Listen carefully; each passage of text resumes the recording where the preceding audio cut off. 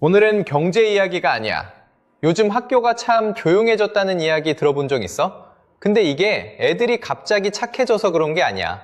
선생님들이 약속이라도 한 듯이 아무것도 하지 않기로 결심했기 때문이지. 분명히 학교에 선생님은 있고 수업도 진행되는데 정작 교육은 사라져버린 이상한 상황. 왜 가장 뜨거워야 할 교실이 차가운 무균실이 됐는지, 그리고 그 무균실 안에서 자란 우리 아이들이 세상 밖으로 나왔을 때 어떤 소름 돋는 대가를 치르게 될지 오늘 친구인 내가 아주 쉽게 다 설명해 줄게. 끝까지 들으면 아마 등골이 서늘해질걸? 자, 이제 진짜 소름 돋는 현실 이야기를 시작해 볼게. 너 식당이나 백화점에서 진상 손님이 행패 부리는 거 본 적 있지? 종업원한테 반말하고 소리 지르면 바로 경찰이 오거나 출입 금지를 당하잖아. 이게 상식이지. 그런데 말이야, 이 상식이 전혀 통하지 않는 곳이 있어. 바로 우리 아이들이 있는 학교야. 요즘 초등학교 교실이 어떻게 돌아가고 있는지 알아? 밤 9시, 10시에 담임선생님 개인 휴대폰으로 전화가 와. 우리 애가 왜 받아쓰기 70점인가요? 우리 애 짝꿍이 마음에 안 드는데 당장 바꿔주세요. 이런 민원들이 쏟아진대. 만약 선생님이 전화를 안 받잖아? 그럼 다음날 아침 일찍 교장실로 전화가 가. 담임이 왜 학부모 전화를 무시하냐면서 말이야. 식당 사장님 집까지 밤에 찾아가서 왜 우리 애 반찬이 이거냐 라고 따지는 거랑 똑같은 일이 매일 벌어지고 있는 거야. 더 무서운 건 뭔지 알아? 요즘 교실에서 금기어처럼 된 한 문장이 있어. 바로 우리 아이 기죽이지 마세요 라는 말이야. 이 한마디면 모든 교육이 멈춰. 수업 시간에 떠드는 애한테 조용히 하라고 하거나 친구를 때린 애를 따로 불러서 혼내면 바로 정서적 학대로 신고당해. 실제로 최근 3년 사이 교사를 상대로 한 아동학대 신고가 2배나 늘었어. 나중에 무혐의로 결론 나는 경우가 절반 이상이지만 그게 중요한 게 아니야. 신고가 접수되는 그 순간부터 선생님은 혼자가 되거든. 일반 기업이라면 직원이 블랙 컨슈머한테 괴롭힘 당할 때 본사 법무팀이나 매니저가 나서서 보호해주잖아. 그런데 학교라는 시스템은 본사인 교육청도 지점장인 학교장도 뒤로 쏙 빠져버려. 일단 조용히 합의해라. 우리는 절차대로 하겠다 라면서 선생님을 방치해. 결국 선생님은 자기 돈 수백만 원 들여서 변호사 사고 몇 달 동안 직위 해제 당하면서 정신적으로 무너져 내리는 거지. 그러니까 선생님들이 어떤 결론을 내렸을 것 같아? 아, 열심히 가르치고 훈육해봤자 나만 죽는구나. 소송당하지 않으려면 아무것도 안 하는 게 정답이네. 이게 바로 지금 교실이 조용해진 진짜 이유야. 학교가 공공의 교육 장소가 아니라 민원인 한 명 한 명의 입맛에 맞춰야 하는 거대한 감정노동 콜센터가 되어버린 거지. 선생님들이 아무것도 안 하기로 마음먹으면서 가장 먼저 나타난 변화가 뭔지 알아? 바로 학교에서 미험과 갈등이 완전히 삭제됐다는 거야.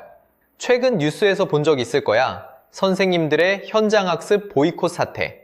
봄, 가을이면 당연히 가던 소풍이나 수학여행을 학교에서 아예 안 가겠다고 선언하고 있어. 왜냐고? 버스 타고 이동하다가 사고가 나거나 도시락 먹고 한 명이라도 식중독에 걸리면 그 엄청난 법적 책임과 민원 폭탄이 오롯이 인솔교사한테 다 쏟아지거든. 만에 하나 일어날 사고의 책임을 독박 쓸 바엔 차라리 학교 밖으로 한 발짝도 안 나가는 게 가장 안전한 선택이 된 거지. 더 기가 막힌 건 뭔지 알아? 요즘 점심시간에 운동장 사용을 금지하는 학교들도 생겨나고 있어. 밥 먹고 운동장에서 뛰어놀다가 다치기라도 하면 왜 애 관리를 안 했냐고 담임한테 항의가 들어오거든. 심지어 학교 주변 아파트에서 애들 뛰어노는 소리가 시끄럽다, 흙먼지가 날린다면서 학교로 민원을 폭탄처럼 넣어. 다칠 위험에 소음 민원까지 감당하느니 그냥 가장 빠른 해결책을 쓰는 거야. 운동장 문을 아예 잠가버리고 애들을 교실에 가둬두는 거지. 이뿐만이 아니야. 띰틀이나 철봉 같은 체육 교구들도 사라지고 있어. 다치면 민원 들어오니까. 받아쓰기 시험? 점수 때문에 스트레스 받는다고 항의해서 사라졌어. 글짓기 대회나 사생대회도 상 못 받은 애들이 박탈감 느낀다고 폐지됐어. 심지어 운동의 계주도 1등, 2등을 없애고 전교생이 손잡고 같이 뛰게 만들어. 등수도 없고 다칠 일도 없고 위험한 외출도 없는 교실. 겉보기엔 참 평화롭고 안전해 보이지? 그런데 경제학적으로 보면 이건 정말 위험한 투자야. 전문가들은 이걸 무균실의 함정이라고 불러.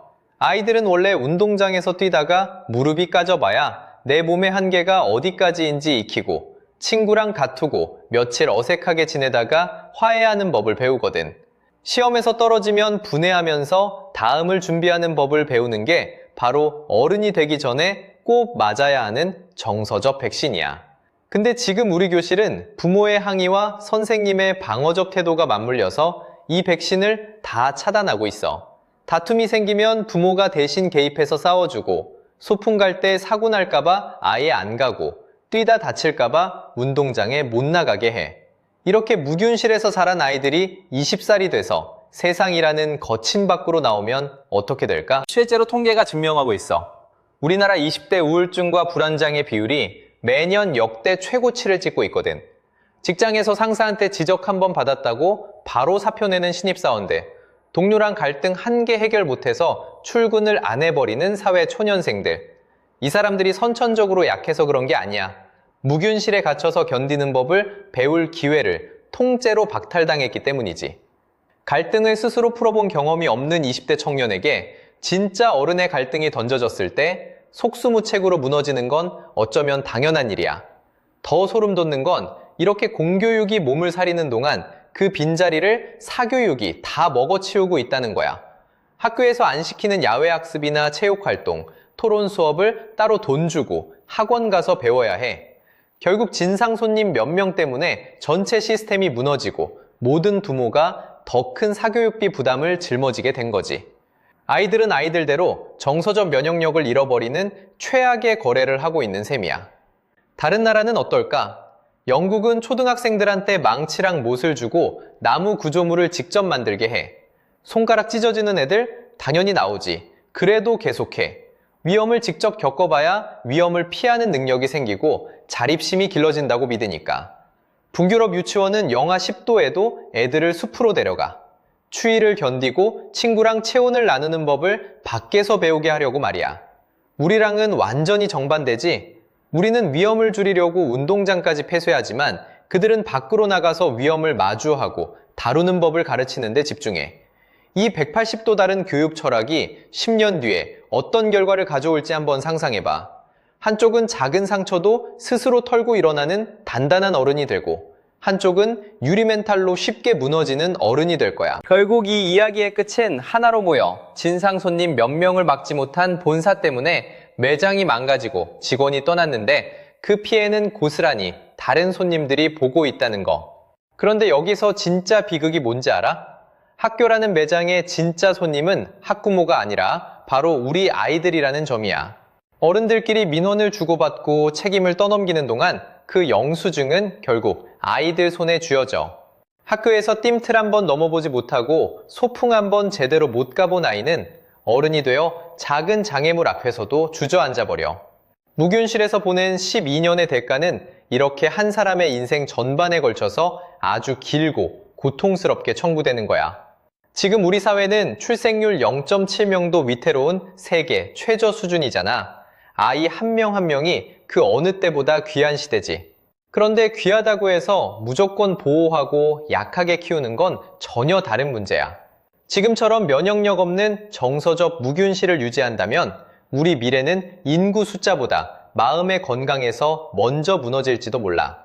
인구 절벽보다 더 무서운 게 마음의 면역력 절벽이거든. 그럼 이제 누가 이 굳게 닫힌 무균실의 문을 열고 운동장으로, 밖으로 아이들을 내보내야 할까? 교육부? 선생님? 아니, 결국은 우리 어른들 모두야.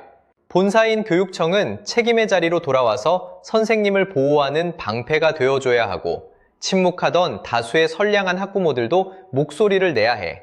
우리 아이를 위해 제발 교육다운 교육을 해달라고. 현장 학습 가고 운동장에서 뛰놀다 생기는 작은 상처는 우리가 감당할 테니 아이를 단단하게 키워달라고 말이야. 진상 손님 몇 명 때문에 우리 아이의 교실이, 그리고 그 아이의 미래가 무너지는 걸 더는 이대로 지켜볼 수 없잖아. 영수증 마지막 줄에 적힌 이름이 결국 우리 아이들이라는 사실을 기억한다면 지금 바로 그 무균실의 문 손잡이를 잡고 과감하게 열어야 할 때야. 시간은 우리 편이 아니거든. 오늘 이야기가 너한테 조금이라도 울림이 있었다면 좋겠다. 학교는 단순히 지식을 배우는 곳이 아니라 넘어지고 깨지면서 세상을 배우는 곳이니까. 오늘 준비한 내용은 여기까지야. 이 내용이 유익했다면 구독이랑 좋아요 꼭 눌러주고 나는 다음에 더 날카롭고 유용한 경제비사로 돌아올게. 다음에 또 봐.